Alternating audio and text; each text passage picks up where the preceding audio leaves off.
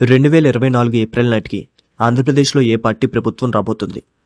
జగన్మోహన్ రెడ్డి గారు చెప్పినట్టు 175కి 175 సీట్లు గెలిచి మళ్ళీ వైఎస్ఆర్సీపీ అధికారంలోకి వస్తుందా? అసలు కొడాలి నానికి గుడివాడ ఎమ్మెల్యే టికెట్ ఇవ్వడం లేదు అనేది ఎంతవరకు నిజం? వీటన్నిటి గురించి మనం ఈరోజు డీటెయిల్గా డిస్కస్ చేసుకుందాం. అంతకన్నా ముందు ఎవరైనా మన ఛానల్ని సబ్స్క్రైబ్ చేసుకోకపోతే సబ్స్క్రైబ్ చేసుకుని బెల్ ఐకాన్ని ఆల్లో పెట్టుకోండి. ఆంధ్రప్రదేశ్లో 5 ప్రధాన పొలిటికల్ పార్టీస్ ఉన్నా సరే నిజానికి అధికారం మాత్రం 3 ఫ్యామిలీల చుట్టే తిరుగుతుంది. అవి ఎన్టీ రామారావు గారి ఫ్యామిలీ, వైఎస్ రాజశేఖర రెడ్డి గారి ఫ్యామిలీ అండ్ చిరంజీవి గారి ఫ్యామిలీ.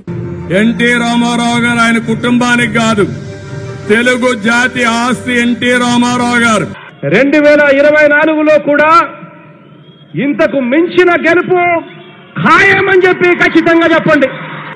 రాజశేఖర రెడ్డి రక్తం నాలో ప్రవహిస్తుంది. నేను రాజశేఖర రెడ్డి బిడ్డ వైఎస్ షర్మిలా రెడ్డి. నేను విత్డ్రా చేసుకుని సైలెంట్ అయిపోవటమే, తను ఎమర్జ్ అవుతాడు, ఫ్యూచర్లో బెస్ట్ నాయకుడు అవుతాడు, ఏమో ఏలే అవకాశం ప్రజలు తనకి ఇస్తారేమో నేను భావిస్తాను. అలాంటి రోజు రావాలని కూడా కోరుకుంటున్నాను. ఏ పార్టీ గెలిచినా సరే ఈ 3 ఫ్యామిలీల్లో వారే అధికారంలోకి వస్తారు. కానీ అది తెలుసుకోకుండా మనలో మనమే కొట్టుకుని చేస్తున్నాం. రీసెంట్గా న్యూస్ పేపర్స్లో కానీ న్యూస్ ఛానల్స్లో కానీ ఏదైనా మెయిన్ టాపిక్ ఉందంటే అది కేవలం ఆంధ్రప్రదేశ్ ఎలక్షన్ సర్వే గురించే. అప్కమింగ్ ఎలక్షన్స్లో ప్రజల మద్దతు ఏ పార్టీకి ఫేవరబుల్గా ఉండబోతుందని చాలా న్యూస్ పేపర్స్ పోల్స్ కండక్ట్ చేసి రిజల్ట్స్ పబ్లిష్ చేశాయి. అందులో ఇండియా టుడేలో వచ్చిన పోల్స్ ప్రకారం అయితే ఏపీలో ఉన్న 25 సీట్స్లో 17 టీడీపీ గెలుస్తుందని చెప్పారు. టైమ్స్ నౌలో వైఎస్ఆర్సీపీకి 19 సీట్లు, టీడీపీ అండ్ జనసేన కూటమికి ఒక 6 సీట్లు మాత్రమే వస్తాయని చెప్పారు. India today and times now ఈ రెండింటి సర్వే పోల్స్ కంప్లీట్ డిఫరెంట్గా ఉన్నాయి. సో దీన్ని బట్టి మనం సర్వేల్ని అప్పుడే గుడ్డిగా నమ్మి ఫాలో అవడానికి ఛాన్సే లేదు. ఎందుకంటే తెలంగాణ ఎలక్షన్ సర్వే టైంలో కూడా సేమ్ ఇలాగే 1 మంత్ ముందు వరకు మొత్తం కేసీఆర్ గారు గెలుస్తారని పోల్స్ అన్నీ చెప్పాయి. కానీ అక్కడ లాస్ట్కి జరిగింది ఏంటి? కాంగ్రెస్ రూలింగ్లోకి వచ్చింది. సో ఎగ్జిట్ పోల్స్ వచ్చే వరకు వీటిని నమ్మడానికి ఛాన్సే లేదు. ఏపీలో డైరెక్ట్గా ప్రజల దగ్గర చేసిన కొన్ని సర్వేస్ ప్రకారం అయితే కొంతమంది టీడీపీకి జనసేనకి కనీసం 130 నుంచి 140 అసెంబ్లీ సీట్స్ వచ్చి ప్రభుత్వాన్ని ఏర్పాటు చేస్తాయన్నారు. ఎందుకంటే వాళ్ళకి జగన్మోహన్ రెడ్డి గారి పైన, ఆయన చేసే పాలన పైన నమ్మకం లేదంటారు. కానీ కొంతమంది మాత్రం జగన్మోహన్ రెడ్డి గారు అన్నట్టు 175కి 170 సీట్లు కాదు కానీ కనీసం 100 నుంచి 110 సీట్లు గెలిచి మళ్ళీ వైఎస్ఆర్సీపీ రూలింగ్లోకి వస్తుంది అంటున్నారు. ఎందుకంటే ఆయన పాలన ఎలా ఉన్నా సరే ఆయన ఇచ్చే సంక్షేమ పథకాలు తీసుకున్న కొన్ని కమ్యూనిటీలు మాత్రం వైఎస్ఆర్సీపీ అధికారంలోకి వస్తుందని గట్టిగా బల్లగుద్ది చెప్తున్నారు. సో ఈ విధంగా ఈసారి ఏపీలో ఎలక్షన్స్ మంచి పోటాపోటీగా జరగబోతున్నాయని అర్థమవుతుంది. ఇదిలా ఉంటే టీడీపీ జనసేన సీట్ల సర్దుబాటు ఆల్రెడీ ఒక కొలిక్కి వచ్చేసిందని అర్థమవుతుంది. పవన్ కళ్యాణ్ గారు ఇంకా చంద్రబాబు నాయుడు గారు ఇద్దరు కలిసి పాలకొల్లో ఒక సభ నిర్వహించి పాదయాత్ర కూడా చేయడం జరిగింది. ఆ సందర్భంగా ఉమ్మడి మేనిఫెస్టో కూడా త్వరలోనే విడుదల చేస్తారని అర్థమవుతుంది. అభ్యర్థుల జాబితా మొదటి విడత కూడా నిన్నే ప్రకటించారు. ఇదే క్రమంలో జగన్మోహన్ రెడ్డి గారు కూడా ఇప్పటి వరకు 6 జాబితాలు విడుదల చేశారు. దాదాపు 30 మంది ఎమ్మెల్యేలను కూడా మార్చేశారు.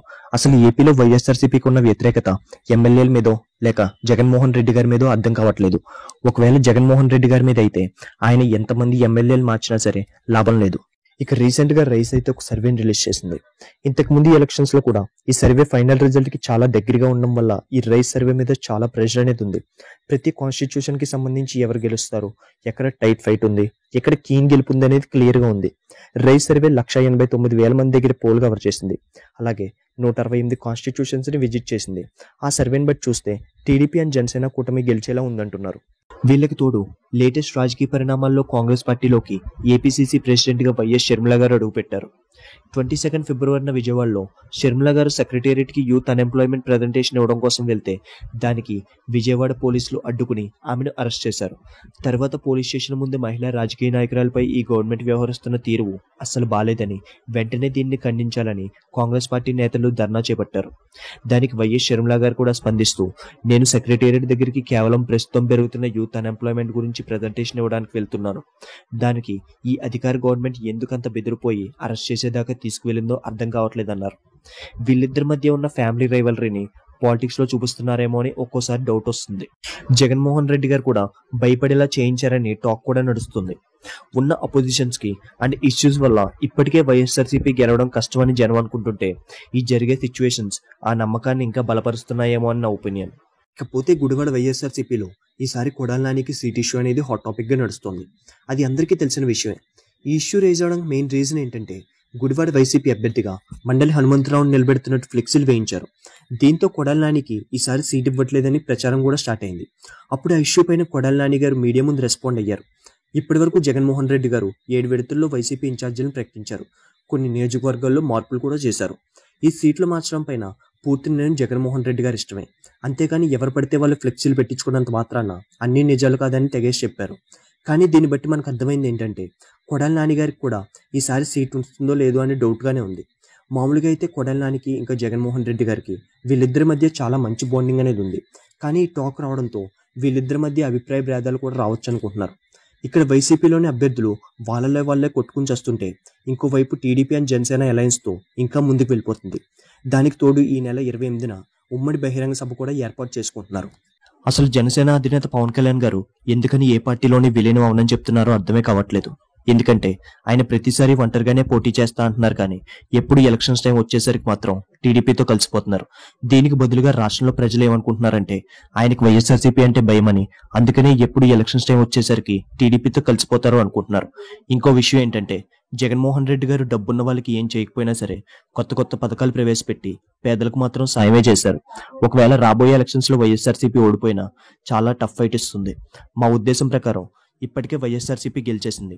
ఎందుకంటే ఎప్పుడైతే 2 పార్టీలు కలిసిపోయి వైఎస్ఆర్సీపీ మీద పోటీ చేస్తున్నాయో అప్పుడే జగన్మోహన్ రెడ్డి గారు గెలిచేశారు. మనం ముందు వీడియోలో చెప్పుకున్నట్టు వైఎస్ఆర్సీపీలో ఉన్న కొంతమంది ఎమ్మెల్యేలు అండ్ ఎంపీల వల్ల జగన్మోహన్ రెడ్డి గారికి పరిస్థితి వచ్చింది. కానీ వాళ్లే సరిగ్గా ఉండుంటే అసలు జగన్మోహన్ రెడ్డి గారి అభ్యర్థుల్ని మార్చేవారు కాదు అండ్ ఈసారి వైఎస్ఆర్సీపీకి గెలుపు ఖాయమయ్యేది. ఇక చివరిగా మా తరపు నుంచి ఒక మాట, అసలు ఏ స్టేట్ పాలిటిక్స్లో లేనంత మజా ఏపీ పాలిటిక్స్లో మాత్రమే ఉంటుంది. ఒకరి మీద ఒకరు ఎలిగేషన్లు, అరెస్టులు, బూతులు, అంతే కదా మరి. చూసే వాళ్ళకి చాలా ఇంట్రెస్టింగ్గా ఉంటుంది కదా. కేవలం రాజకీయ నాయకులు మాత్రమే కాదు, ఈ పొలిటికల్ ఏరాలో ఒక పార్టీకి సపోర్ట్ చేసే నార్మల్ పీపుల్ మధ్య కూడా కొట్లాట్లు ఎక్కువైపోతున్నాయి. మెయిన్గా క్యాస్ట్ భేదాలు పెరిగిపోతున్నాయి.